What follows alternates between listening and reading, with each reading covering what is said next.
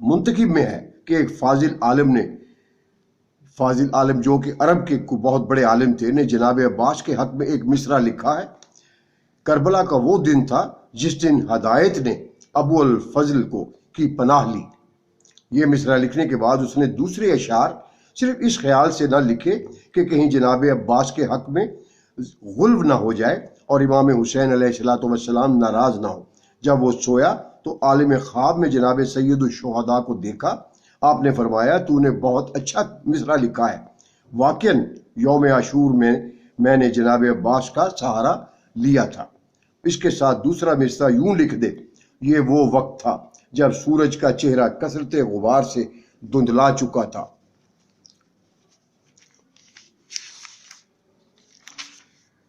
تو اب اس کے ساتھ ہی یہ تھوڑا سا باقی انشاءاللہ دوسری ویڈیو میں جناب عباس کے بارے میں ہوگا، ان کی شہادت کا اور ان کا اور بھی بہت کچھ انشاءاللہ، ان کے فضائل، ان کی چیزیں، جناب غازی عباس علمدار کی، جناب ابو الفضل باوفا کی۔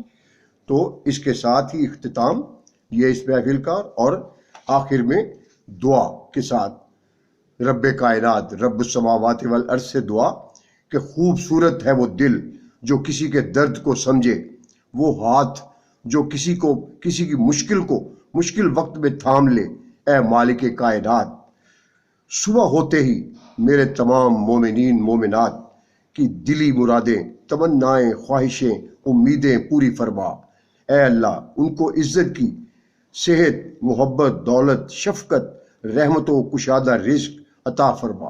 اے اللہ، ان کو ہر دکھ درد تکلیف پریشانی سے محفوظ فرما۔ آمین ثم آمین۔ اور اس کے ساتھ ہی وسلام، اور آپ سے دوبارہ التماس ہے کہ جب یہ ان عظیم نورانی ہستیوں کا ذکر ہو رہا ہو تو آپ ساتھ ساتھ ان کے ذکر کی عبادت کا شرف حاصل کرنے کے لیے ان پر درود و سلام بھیجتے رہا کریں، اور اس ویڈیو کو اور اس میرا نام وزیر علی چوہان اس کو یوٹیوب میں سرچ میں جا کر اس کو لکھیں، اور مولا غازی کا عباس علمدار کا نشان آ جائے گا پنجے کا، اس کو سبسکرائب کریں، گھنٹی کے نشان کو دبائیں اور شیئر کریں، لائک کریں، اور کومنٹس میں اپنے جو بھی آپ لکھنا چاہتے ہیں وہ لکھیں۔ والسلام، خدا حافظ۔